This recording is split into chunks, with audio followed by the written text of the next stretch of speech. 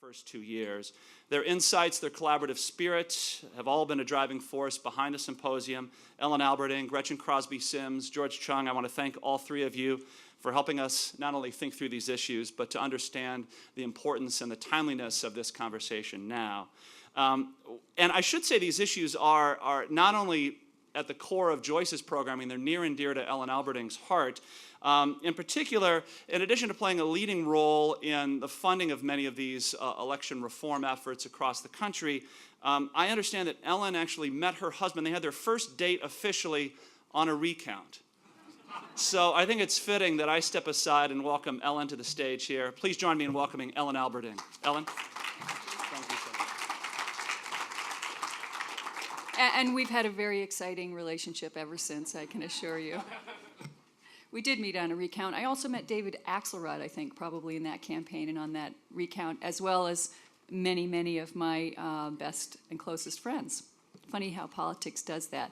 The foundation the Joyce Foundation focuses on improving the quality of life in the Great Lakes region and across the country. I've got a wonderful little description of that in your booklet, so I'm not going to go any further into that. But we obviously view a healthy democracy as critical to the quality of life in the Great Lakes region. And what is more important to a healthy democracy than a well-functioning electoral system? We have some pretty big problems with our system. One is very low voter registration. 51 million people in the United States, about a quarter of the eligible population, aren't even registered to vote. And of those folks, it's very much a disproportionate representation of low-income and minority people. That's a problem that needs to get fixed. The second is there is this patchwork of agencies, all of which have different rules and regulations, which makes it really difficult to have a high-functioning system. Illinois, which has, I think, 102 counties, has 110 election administration systems, which is just one example of dysfunction.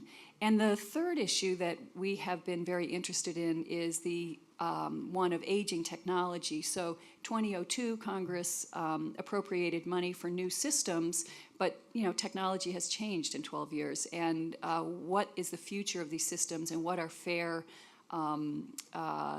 what are fair systems going forward is a big issue. So we're fascinated by the intersection of the political and the administrative. We're here to talk about the administrative today. But when you think about what happened in the 2012 election and the folks who waited for 6 hours in Miami-Dade County to vote, and what caused that problem? Part of it was a reduction of the early voting. The Florida legislature had voted to reduce the number of days in which you could vote early. Interesting. And then they had a complete mess up in terms of the allocation of people and systems in the state. And those two things, probably with some other issues, combined to having people waiting online as long as they wait in countries that we sort of think of as not as having as high a functioning democracy as we have and should have. So those kinds of things animate us and make us really happy that IOP is here to have these conversations, that all of you are here to listen. I want to acknowledge also my good friend Elspeth Revere and the leadership she's provided from MacArthur Foundation. Pew has been fabulous, and there are other very significant funders coming in to provide support for these kinds of conversations going forward. So we don't feel like a lone ranger on this anymore, and that's a really great thing. So thanks to you, Elspeth, and thanks to Pew for their leadership on this as well. I'm going to get off the stage and let the real conversation begin, but delighted to see you all here. Thank you.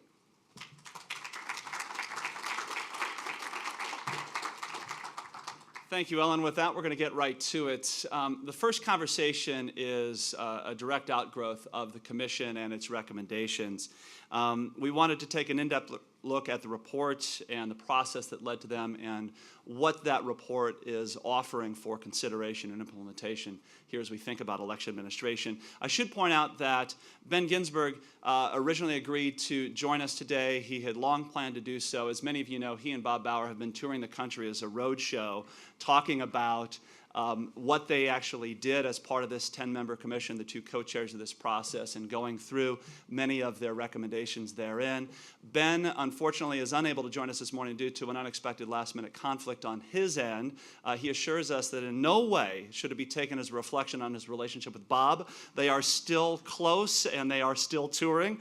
We are thrilled to have with us, of course, Bob Bauer, who is co-chair of the commission from December of 2009 until 2012, or 2011 rather. He served as White House counsel to President Barack Obama. He's general counsel to the Democratic National Committee and served as general counsel to Obama for America for the 8 and 12 election cycles. Nate Persily is Senior Research Director of the Presidential Commission on Election Administration. Nate's also the James McClatchy Professor of Law at Stanford Law School, with appointments also in the Departments of Political Science and Communication. And here to lead our conversation is my good friend, the founder of the Institute of Politics, former White House Senior Advisor. Please join me in welcoming David Axelrod, Nate Persily, and Robert Bauer.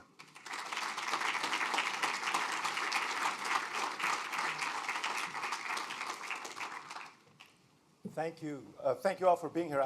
Your commitment to democracy is clear from the fact that you are here at 8 o'clock on a Monday morning to talk about it. And I want to thank Joyce and Harris and Pugh for partnering with us, and the splendid staff of the IOP, Steve and the entire staff, for the great job that they always do in putting these programs together. Ellen, you mentioned the problem of low participation, but I see Dick Simpson in the back, one of our former aldermen, who can attest to the fact that there are actually precincts in Chicago where we've had like 102, 103% turnout. So it's an uneven problem, you know what I mean? Bob, why don't you take us through the genesis of the commission, why was it formed, and how have you gone about your work? And you're speaking now for your Republican colleague as well. So yeah, this is the position I always wanted to be in. I should mention, by the way, Ben actually is in the city of Chicago. I told him, he called me last night, said, I'm able to make it. He said, where do I go? Now, you know, we're competitors as well as allies. So I said, well, you know, it's sponsored by the University of Chicago. I said, go to Hyde Park, the University, and walk around and you'll see signs, I'm sure. So at some point he may show up. In any event. Until then, you're going to get a few things. Until then, I have a few things I'd like to say. He actually could not be here today. He's back in D.C., but he had planned literally until the 11th hour to be here. And I will start by saying, first of all, David, that, and I think Nate will agree with me on this, we could not have had I could not have had a better co-chair than Ben Ginsberg. Ben is a fierce competitor. He's very much a Republican. He's as Republican as I'm Democrat. And he certainly is not the sort of person as a Democratic attorney that you want to see on the other side of the table in conflict.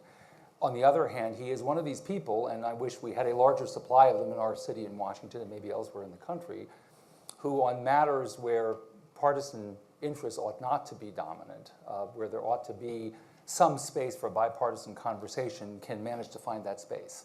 I'm glad the lawyers have worked that out. The lawyers have worked that out, exactly right. And so I'm sorry he's not here, because we do a tour together, and it's always interesting, even where we disagree. It's always productive. The president was aware in 2008, and the president was aware again in 2012, and the media covered it, that we have breakdowns in our election system, for many people, most symptomized by lines, by very long lines in the parts of the country, in the jurisdictions which have experienced them. And in 2012, on election night, the president referred to lines and memorably said, we have to fix that.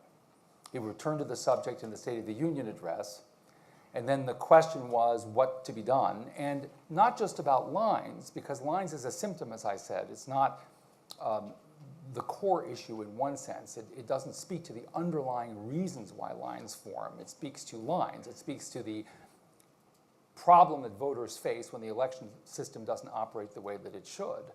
And the question was, how do you get at lines, particularly by looking at underlying problems that are creating issues, other issues across the entire front of election administration? And to this end, the commission was formed, and it was formed on two theories, I think, David. I think the president had in mind two fundamental organizing principles. The first was, of course, that it be bipartisan, that we find some space in this period of tremendous contention about campaign finance and redistricting and election administration, which tends to see the two political parties on different sides of the great issues. In this case, to find a place where bipartisan dialogue could take place. And secondly, and toward that end, to have it treated as a problem of public administration.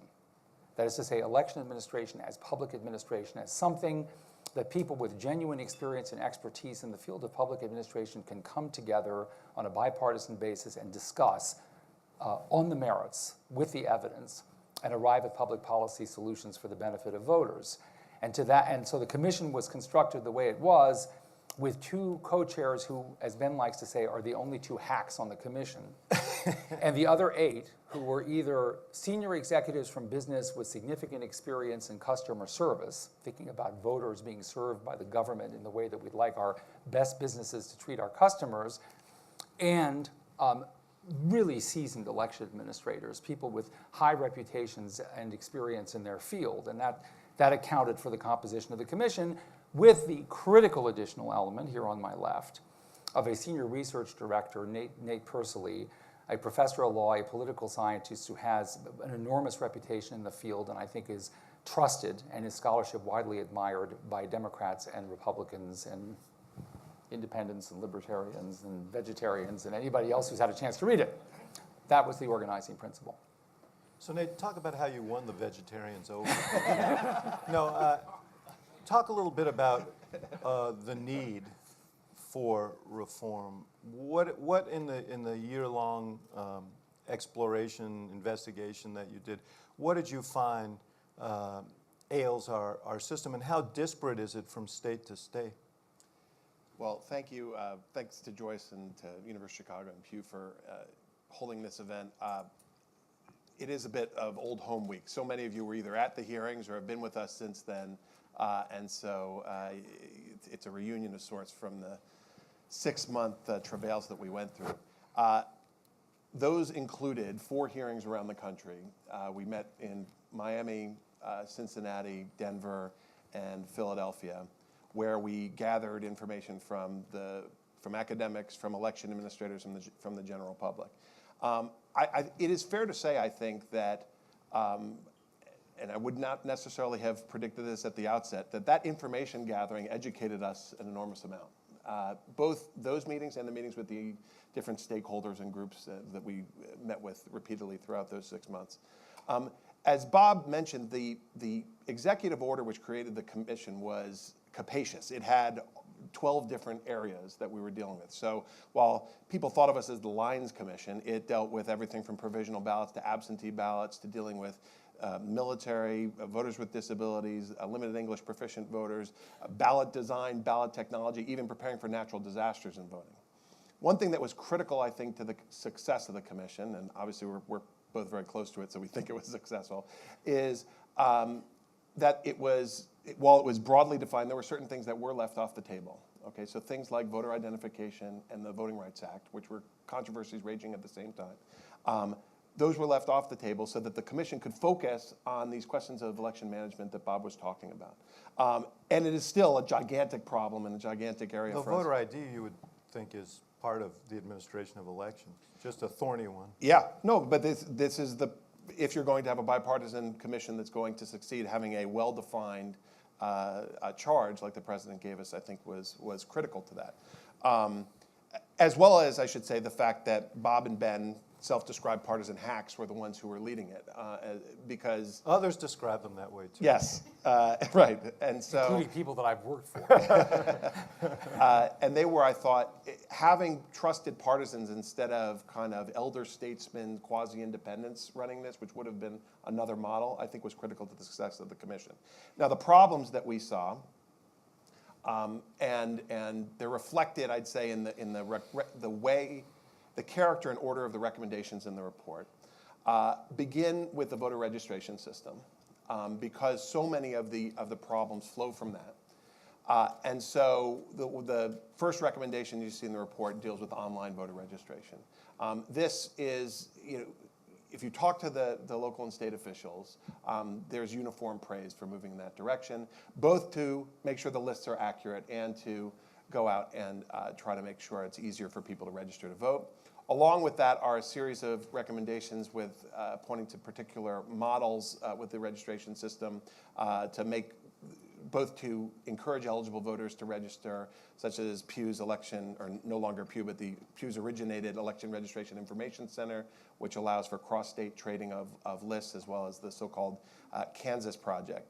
So starting with the registration system as a linchpin, we then moved and talked in the report about managing the polling place, particularly moving technology into the polling place, dealing with things like electronic poll books, as well as something that I don't think a lot of people expected us to do, which is we developed, through the help of several people in this room, and is what we're going to have a session on this later, a series of online tools that election officials can use in order to manage voter flow on election day. So it wasn't enough for us to just say, well, here are the problems with lines and here are some sort of legal changes we could recommend, but it was also, we actually put up on the website tools that administrators can use to deal with voter flow on election day. The last two big areas had to do with access to the polls and voting technology. On access to the polls, we, as the commission recommended, expanding early voting. And that was, a lot of people glommed onto that issue when we released it. But when you talk to the local and state administrators, as much as that has a partisan valence in the national conversation, there's this uniform appreciation for the fact that you just cannot channel all voters into the polling place on election day. You need some other way of voting. And so that is one of the recommendations in the report.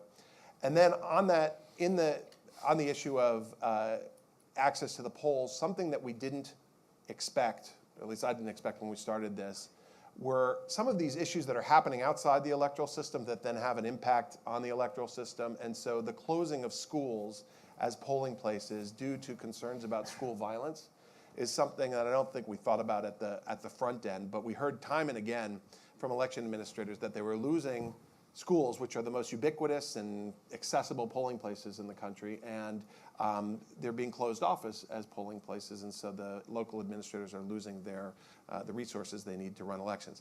Finally, they're being closed up because of school violence. Because schools are closing, are not allowing outsiders into the school during the school day. So the commission recommends having an in-service day on election day to make sure there's not a trade-off between sort of the school security issues and the election.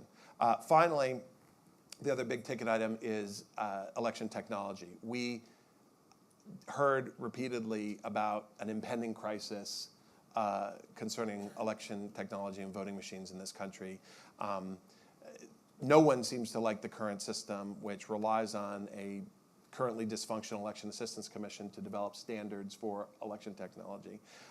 And so the warnings we were hearing were on a par with what we saw in the 2000 election, concerns about widespread breakdown of machines because the money that was spent under the Help America Vote Act on machines over 10 years ago has now led to technology that's breaking down. And so the local administrators are really concerned about widespread machine failures.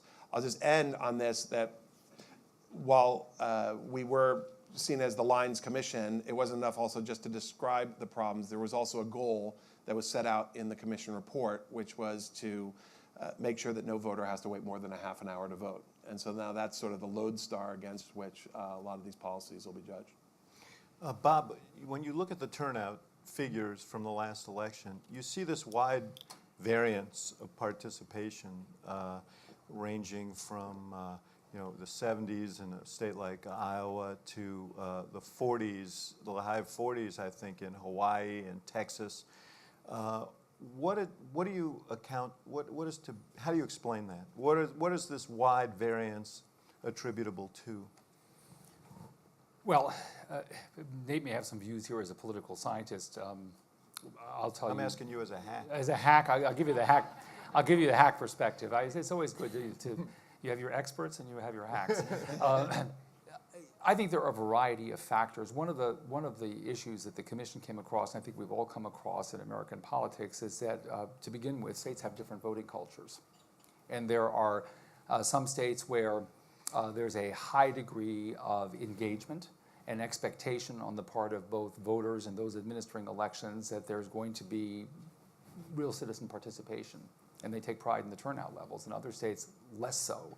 Of course, a state like Iowa has a well-developed sense of that because of their role in the presidential. In the presidential race, exactly. And so you see state culture plays a role, different mechanisms for voting plays a role, quality of election administration can play a role, whether a state, frankly, has benefited from a large allocation of resources from the parties and the candidates because it's within the battleground sector, and so an enormous amount of attention has been paid to engaging those voters. I think that has an effect. I don't know that, Nate, the research is terribly clear on this point of the extent to which, Well, if we're going to go over to Nate, then let me ask him a question that the hack should not answer. But Ellen mentioned that there's that to a large degree, the under-participation occurs among minority communities,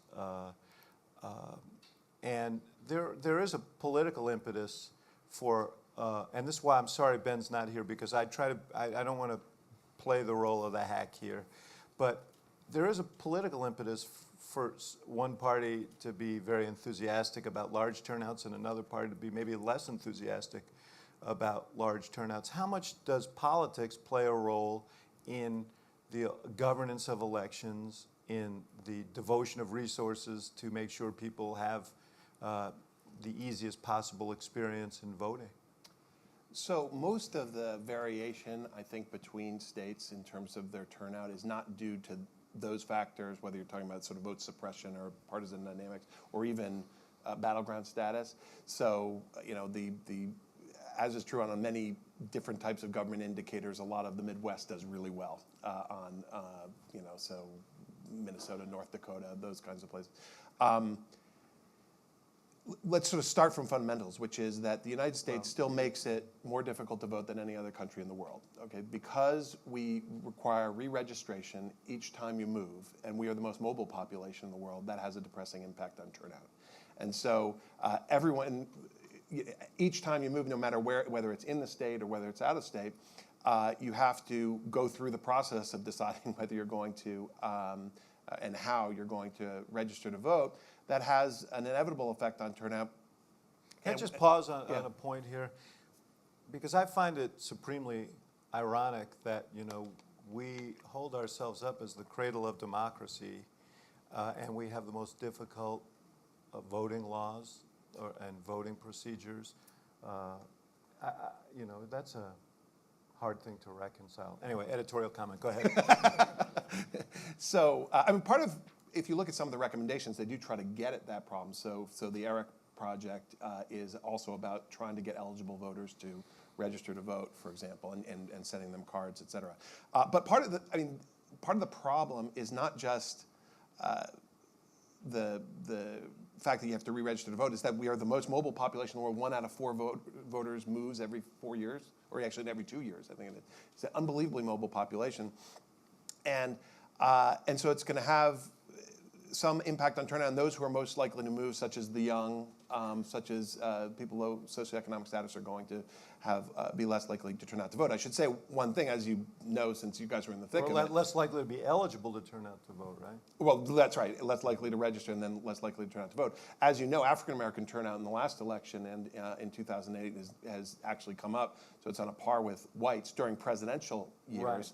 Right. In the off years, there's obviously a huge racial gap. One of the interesting things that is not well appreciated or studied is that I won't say the entire, but a large section of the racial gap in turnout is due to minority male turnout being so much lower. There's actually this interesting intersection between gender and race that if we could sort of crack that code to rectify the gender disparities in turnout, it would have a real impact on closing the barriers between whites and racial minorities. That's why there's the League of Women Voters and not the League of Men Voters.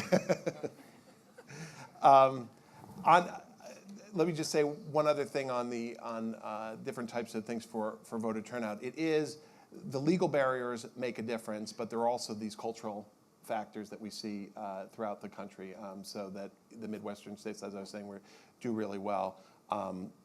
In other areas, it is certainly the case that voting is seen more as a privilege than it is as a right, and I think that it does have some effect, downstream in the turnout figures.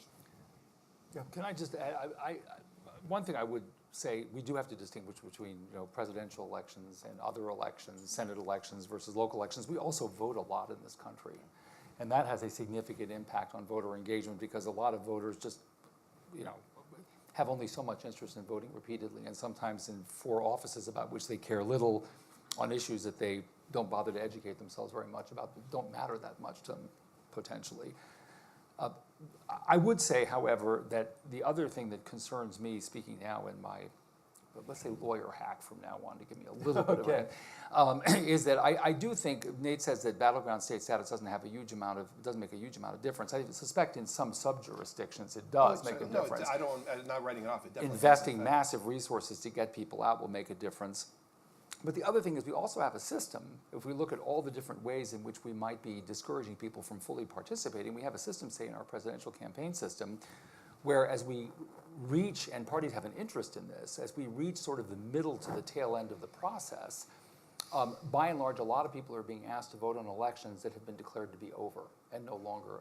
In other words, we even have a process, for example, our presidential primary process, that focuses an enormous amount of attention on 4 states, and that actually is deemed to be successful if it accelerates to a conclusion mid-cycle as opposed to toward the opening of the convention. So there are a lot of different ways in which we conduct our electoral process, and I certainly agree there are legal impediments just built into the way we organize the legal system for elections, but there are a lot of different ways in which our rules treat different citizens differently and give different citizens different levels of incentive for participating, and I think that's something that's actually quite great concern. Let me just follow up on the point that I was driving at before, and I just want to talk about the elephant in the room, which is in a lot of states, you've seen moves recently to shorten the period of voting rather than having a longer period of voting. Early voting has been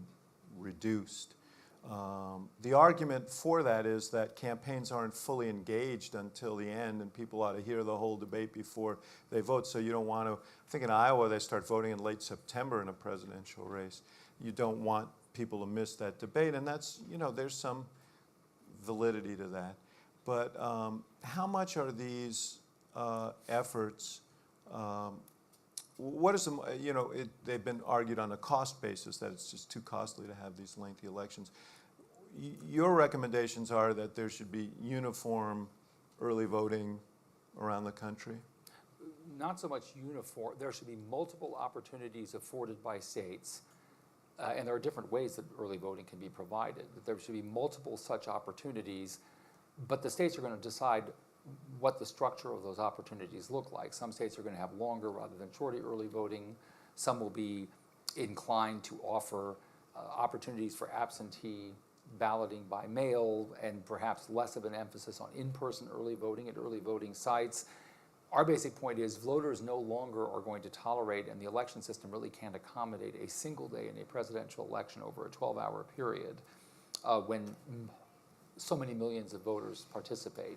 And so we have to relieve some of that congestion and provide people with more flexibility in accordance with the way they live their lives. But we don't specify in the report what a model early voting program would look like for every state.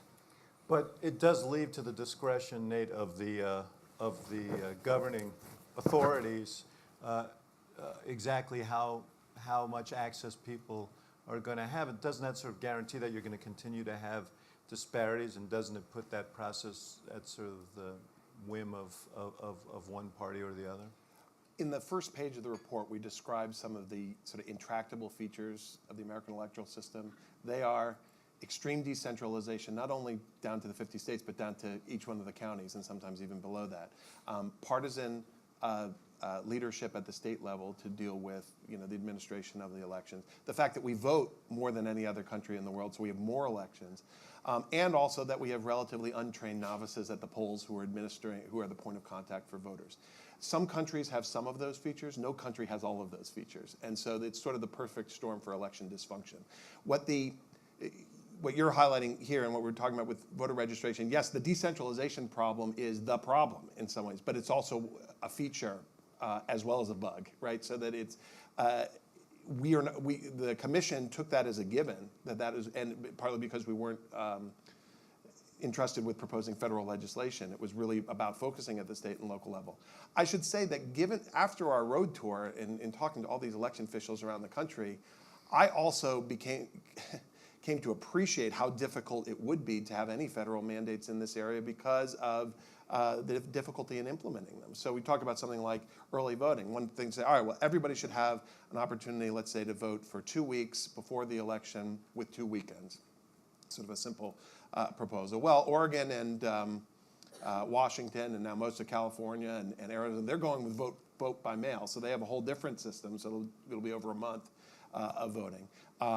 Others, then we get, the Secretary of State of New Hampshire who says, well, we believe in New Hampshire that everyone should sort of celebrate Election Day, and it is, as you said at the beginning, a sort of community spirit day where everyone comes out on one day.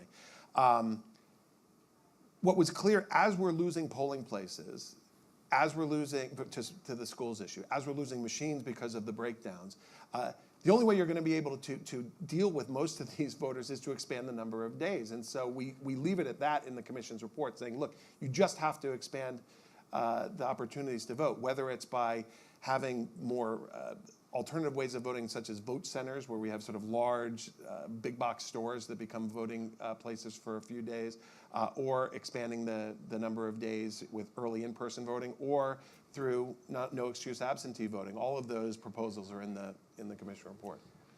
Yeah. You keep on bringing the elephant into the room and we keep on walking it back out again. So can we say something about voter ID? Yes. Okay. Because you tried 3 times. No, I mean, I'm just, and This I is don't a- mean to be, right. it's not about, you talk about celebrating, we should celebrate our Yeah. civic right on Election Day, but I think a lot of these laws are designed in such a way as to ensure that one party or the other will be doing the celebrating, and that's a concern to me. Well, I wanted to say a little bit about how the commission, we got asked that question quite a bit. And I think what I'm about to say, and Nate can check me. Did you ever answer it, Bob? As indirectly as I'm answering yours. Yeah. But I think what I'm about to say, I think Ben would have no objection to, but if he does, believe me, he'll find a way to voice it. Well, you know what, you don't show up, that's what happens. That's what happens, exactly right. If you're not at the table, you're on the menu. On the question of ID, as Nate correctly said, there are controversies currently being settled in the legislatures and in the courts. ID is one of them, or at least being addressed, if not settled. And so the notion was the commission should not try to inject itself into controversies that were going to be addressed in other fora. Okay? And obviously, one benefit of taking that position would be we wouldn't eat ourselves alive trying to reach agreement on something that would be very, very difficult. But it is also true that we do talk, I think reasonably honestly in the report, about the fraud issue, which argued by its sincerest proponents drives much of the voter ID debate. And in the report, in effect, we say there is nothing wrong with looking at the question of fraud and treating it as an issue that an election administrator wants to come to terms with. Every election administrator obviously wants to administer, every legislature wants to enact laws that protect against fraud. People have different views about the threat of fraud, right?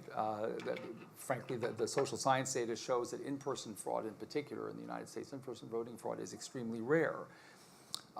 But it's not to say that you can't find a way to have a conversation with the sincerest advocates of protections against fraud and try to show that this is a topic that can be responsibly addressed. And so, for example, there are 2 interstate list trading arrangements that we talk about. One which is called the Kansas Project, the other one Nate personally referred to earlier, which is ERIC. One of them was actually much more grounded in a concern, a more or less unilateral concern with spotting double voting and protecting against fraud. The other one had a broader set of concerns, which included identifying people who were eligible to vote and hadn't been registered and potentially reaching out and finding them and encouraging them to participate. And our argument was, you can have both. You can have an appropriate response to fraud, to protections against fraud, and believe that there's a value in having information traded across states for that purpose, but you can also broaden your focus and utilize that same mechanism to accomplish other participatory objectives as part of the election administrative process.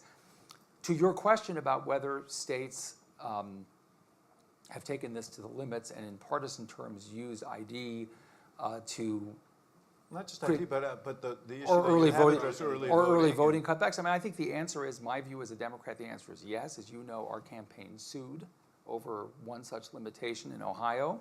Might add, because Ben is, if Ben were here, I always say it when Ben is here, we won.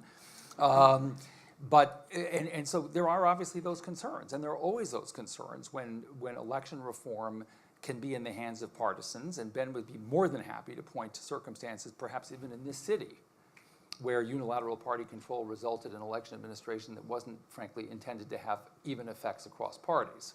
So it's something we've got to be very, very vigilant about, but there is a space where this conversation can take place responsibly, and I think we tried to at least contribute to that debate in the commission report.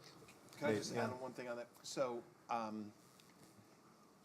as I said, it was clear that voter ID was left off the table intentionally. The success of this commission can be measured against the other commissions that have, since Bush versus Gore, who've entered this fray. So, the Carter-Baker Commission, the Carter-Ford Commission, voter ID tripped up a lot of those commissions. And if we had dealt with that issue, then that's what the commission would have ended up being about. Now let me say something a little more controversial, which is that I actually think the problems that we deal with are much more consequential to elections than the voter ID controversy. So that in terms of the quality of the democracy, making it easier for people to vote, the number of voters affected, that these issues, if we could solve these problems, would have a real beneficial effect on the democracy, even if there were voter ID. Now, one other aspect of Let me ask you, as a political scientist, how much does voter ID, you probably know this from your pleadings, but how much does voter ID impact on participation? It's very difficult. In the last two elections, when we've looked at it, it doesn't seem to have much of an effect at all. Now, one of the difficulties, though, I think, in looking at voter ID is that you don't just look at the decline in turnout, potential decline in turnout among certain groups, but you also have to think about the possibility that non-voters will now not be mobilized because they don't have IDs. So the fact that we don't see much of an effect on turnout, I mean, a lot of this is because you guys were doing this incredible turnout operation for the last two presidential elections, and so you kind of screwed up the data on this so that, at the same time that you... But obviously, those efforts were targeted Yeah. in places where we were in competitive races. Bob pointed out it's one of the peculiarities of our election process that 8 states have a presidential election and 42 states watch. Yeah, yeah. But so on voter turnout, the actual effect, or on voter ID's effect on voter turnout, there's a debate about this, and you have to get pretty methodologically sophisticated to start seeing much more than a percentage point of an effect, if that. I'd say, but then you look at things like the registration system and the lost absentee ballots, right? Something we haven't talked about is the number of votes that get lost by mail. The problems, the millions of provisional ballots that end up being cast. All of these are about the architecture of the system and how it ends up breaking down on election day, which then costs people their votes. None of this is to detract from, I think the voter ID issue is both worth talking about and litigating because it is emblematic of the partisan administration elections and things that we were talking about before. But one of the problems, since we've been focusing on that as a country and the media does because it's easy to digest, is that it then overshadows some of these structural problems, which are difficult to deal with, but also much more consequential. Well, it's worth talking about, but probably not over-talking about. So let me ask you about the different, you mentioned that the absentee ballots would get lost. What's the efficacy of these different modes of relative to each other? So vote by mail versus online voting versus extended voting hours, expanded voting. When you say efficacy, you mean? In terms of both encouraging participation and reducing the risk of error. And I realize that these are somewhat separate issues. Well, can I just say one thing about technology, and I'll turn it over to Nate here, but let me say one thing about what would encourage participation. Voters have expectations about voting, which are in line with their expectations about how they live generally. And one of the findings, I think, over the course of our study that we made was that voters are impatient with the idea that as voters, they're expected to operate differently than they do in every other aspect of their life, where they're increasingly living in a very wired, convenient world, consistent with a certain pace and certain style of life. And so inevitably, we're going to see, I think, the use of technology to find ways to enhance the process by which voters register and by which they cast their ballots. I just think voters are going to just expect that. You know, standing in line, marking a piece of paper. Can't wait to see the Iowa caucuses in a chat room. Don't laugh, right? Don't laugh. But we also concluded that we're not at a stage now with all the different possible applications of technology, and there are many, and online voter registrations is a good example. We're not at a stage now where we're going to see electronic voting, because you mentioned that. I think there's a public confidence issue and a technology Yes, issue. I wanted to ask about I think I don't think we're there yet, and certainly, you know, that was our conclusion as we listened to experts and discussed the issue among ourselves and looked at the relevant literature. But I do think that the one thing that's clear is there is going to be an inexorable march toward conforming the technological apparatus around voting to the expectation of voters and to the ways in which they otherwise live their lives. I think that's absolutely correct on the efficacy front, and certainly on the front of what would be necessary to mobilize the largest number of voters to facilitate voting in a way that brings more people into the system. As you look, Nate, as you look at vote by mail, for example, and they do this in Colorado, they do it in Washington. What do you see in terms of the efficiency of the system, the security of the system? Do we have an expectation that these votes are actually all counted? This is another one of those areas where something outside the electoral system is going to have a great impact on the electoral system. So changes in the Postal Service are going to have a real effect on elections. And so, you know, we talk about there is no national body that administers American elections, right? The FEC just does campaign finance. The AC, even when it operates, doesn't do that. Well, the U.S. Postal Service is becoming a national election authority in many respects, since you're having 20% of American. Not very inspiring. Well, and that's part of the clarion call in the report is to say, look, there's some real concerns here. So there are different types of errors, and Charles Stewart, who you'll hear from later, wrote an article, Losing Votes by Mail, talking about, among other things, and I think he and maybe Mike Alvarez also had a piece on this. California, when it moved from punch card ballots to more updated technology, reduced the number of lost votes that they had in the system, sort of Bush versus Gore type problems. All of those gains from the move to technology have now been mitigated by the increase in absentee balloting because of the number of errors that happen in the mail balloting process. Now, some states do it well. So Oregon was really a leader in this, and they've, I think, Oregon, right. Been very advanced when it comes to dealing with vote by mail. And as you said, Colorado now has mailed out ballots to every one of its voters, and Judd Choate is here, and you can talk about this more later. But there is a real concern that you have to get the mail balloting right. I should say the effect on turnout is also hard to tease out because it's not clear that these other voting opportunities do more than shift people who would have voted on election day to early voting. Now, it may be that then the political parties can really do an early voting turnout drive that and target certain voters. But we don't see early voting, at least at the presidential level, having much of an effect on turnout. I would think, though, it does have some effects when you deal with these low information, local races, and those types of things, where you don't even know there's an election, and then it shows up in the mail to you, and then you vote on it. Yeah, it's interesting, though. Bob talks about people wanting to participate in the manner in which they live their lives. How many people are writing? I mean, you pay your bills, I guess, by mail, but mail is becoming sort of antiquated as a form of Or commerce and even in communication. even in the payment of bills. Right, that's right. Yeah. So so the notion that vote by mail is the answer of the future seems a little bit remote. But you raise an issue that I think is one of great concern. I think, and this is completely unrelated, I know, I think the Justice Department is delivering some indictments today for espionage around cyber activities.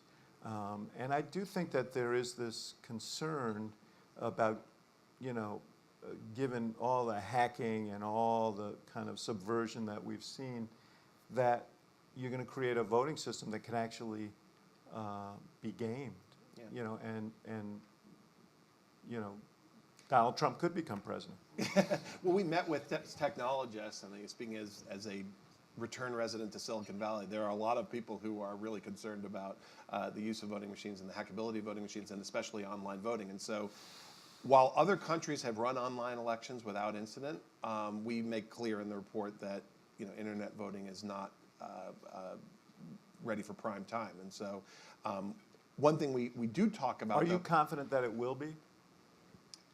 At some point, I think so. Just like everything else in our lives, but but the confidence has to be there first. So you have to have people feel that it's going to be secure at the front end. But right now, even the use of electronic voting machines in the polling place without a paper trail is extremely controversial. So leave aside voting at home, which has all kinds of problems in terms of the internet security.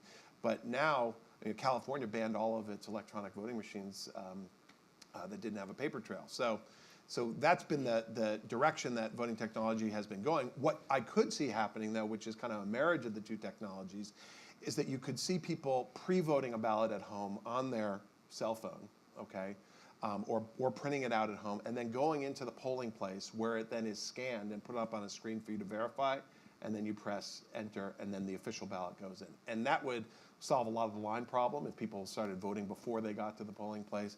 And it also would, as Bob said, sort of address people, sort of change the election system to be the kind of experience that they experience in their everyday lives, whether it's in shopping or other aspects, bill paying, et cetera.